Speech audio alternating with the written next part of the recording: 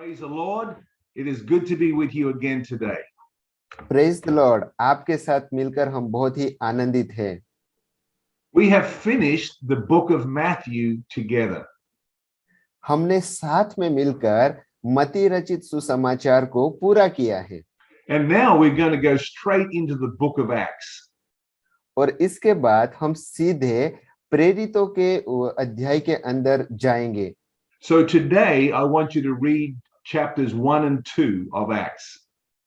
आज मैं आपको प्रोत्साहित करूंगा कि हम प्रेरितों के पहले और दूसरे अध्याय को पढ़ेंगे।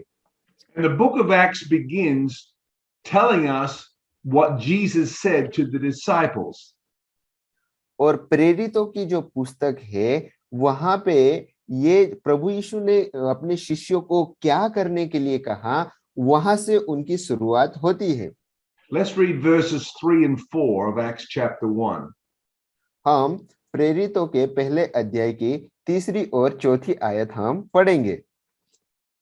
उसने दुख उठाने के बाद बहुत से पक्के प्रमाणों से अपने आप को उन्हें जीवित दिखाया और 40 दिन तक वह उन्हें दिखाई देता रहा और परमेश्वर के राज्य की बातें करता रहा और उनसे मिलकर उन्हें आज्ञा दी, यरूशलेम को न छोड़ो परंतु पिता की उस प्रतिज्ञा के पूरे होने की बाट जोहते रहो जिसकी चर्चा तुम मुझसे सुन चुके हो। आमेन।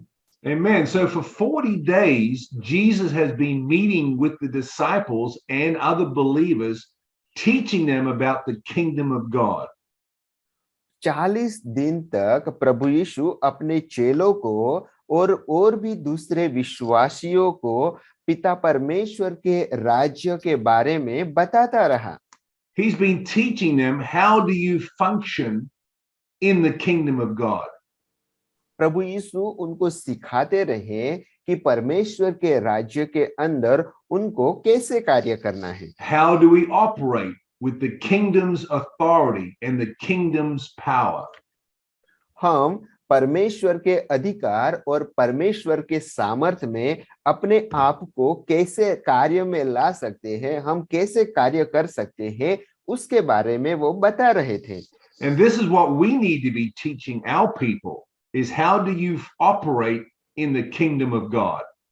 यही बात हमें अपने लोगों को भी सिखाना है कि हम परमेश्वर के राज्य में कैसे कार्य करें। And this is what we teach in our Bible studies on Wednesday night and Friday night. How do you operate in the kingdom?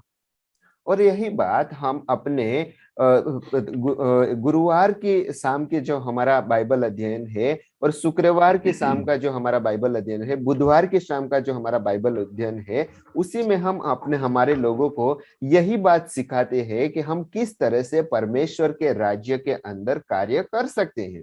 And then he tells them you need the baptism of the Holy Spirit to function in the kingdom of God.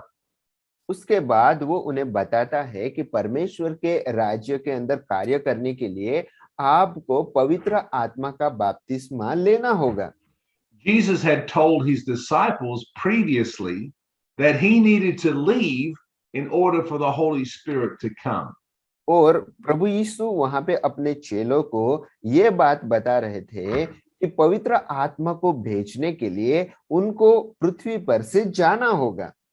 And we read that in John chapter 16 and in verse 7. और ये बात हम यूहन्ना रचित सुसमाचार उसके 16वें अध्याय के 7वीं आयत में हम देख सकते हैं।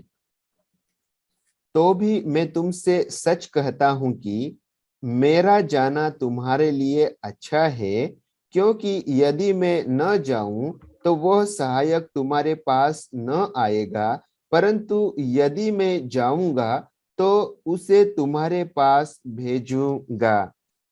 आमेन। Amen. So we have been given the helper from the throne room of God has come to help us. हमें एक सहायकारी भेजा गया है हमारे लिए, जो सिंहासन से पिता परमेश्वर जो सिंहासन पे राज्यासन पर बैठे हैं, वहां से हमारी मदद के लिए एक मददगार को भेज दिया गया है। So in Acts chapter 1 and verse 8, Jesus said, "You shall receive the power from the Holy Spirit." और प्रेरित उसके 1:8 में लिखा गया है कि आपको पवित्र आत्मा से सामर्थ मिलना चाहिए। Let's read verse 8. और हम प्रेरितों का पहला अध्याय उसकी 8वीं आयत हम पढ़ेंगे। परंतु जब पवित्र आत्मा तुम पर आएगा तब तुम सामर्थ पाओगे और यरूशलेम और सारे यहूदिया और समारिया में और पृथ्वी की छोर तक मेरे गवाह होगे। आमीन। Amen. So today we receive the Holy Spirit from God with power in our lives. आज हम पिता परमेश्वर के पास से पवित्र आत्मा के जरिए सामर्थ को पाते हैं। This power is to be able to do witnessing. और ये जो सामर्थ है, ये सामर्थ प्रभु यीशु को साक्षी को देने के लिए है। And this power is also to be able to do signs and wonders and miracles. और ये जो सामर्थ है, ये सामर्थ जो चिन्हों और चमत्कार और अद्भुत कार्य है उसके लिए भी है। And this power is also to defeat the works of the devil. और ये जो सामर्थ है, ये सामर्थ शत्रु शैतान के काम को हराने के लिए भी है।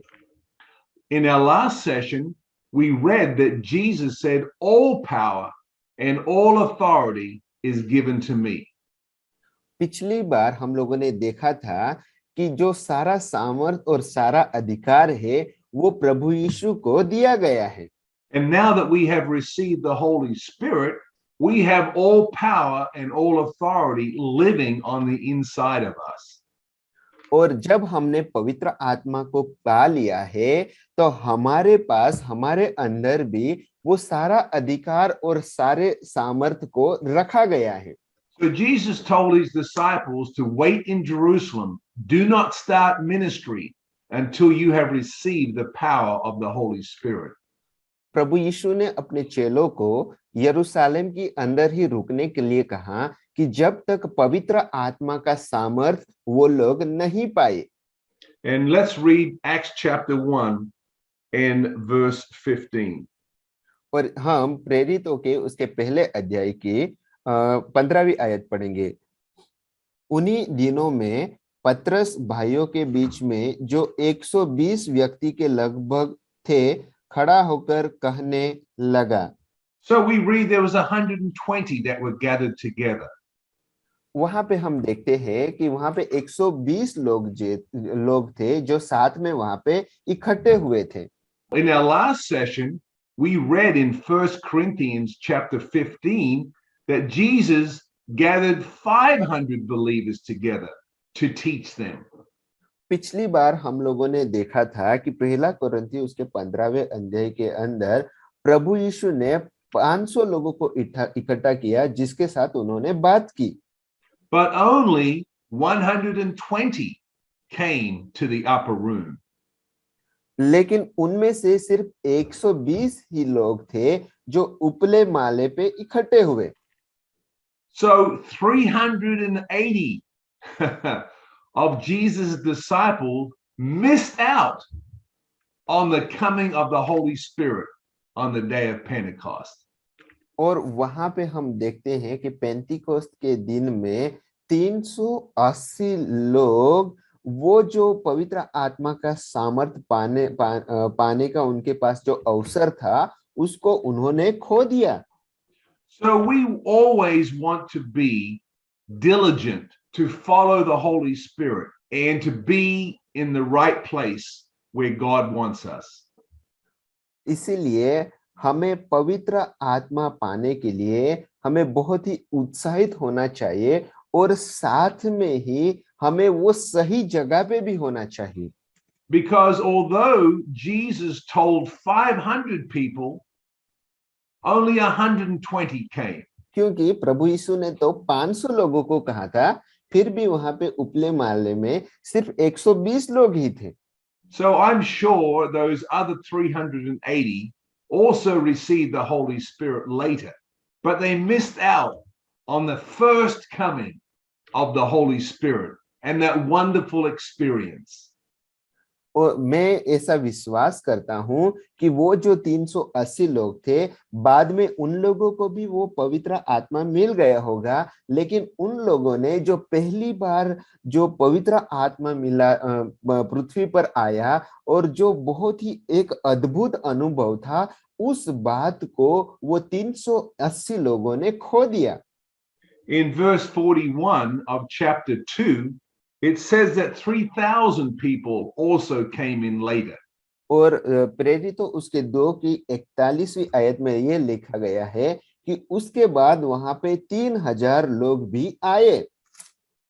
अतः जिन्होंने उसका वचन ग्रहण किया, उन्होंने बपतिस्मा लिया और उसी दिन 3000 मनुष्य के लगभग उनमें मिल गए। So I'm sure that those 380 were in those 3,000 that also received the Holy Spirit. मैं ऐसा विश्वास करता हूं कि वो जो 3000 लोग हैं, उनमें वो 380 भी मिल गए हैं जिन्होंने वो पवित्र आत्मा को पाया। But I bet those 380 said, man, I wish I had been in the upper room to be the first ones to receive the Holy Spirit.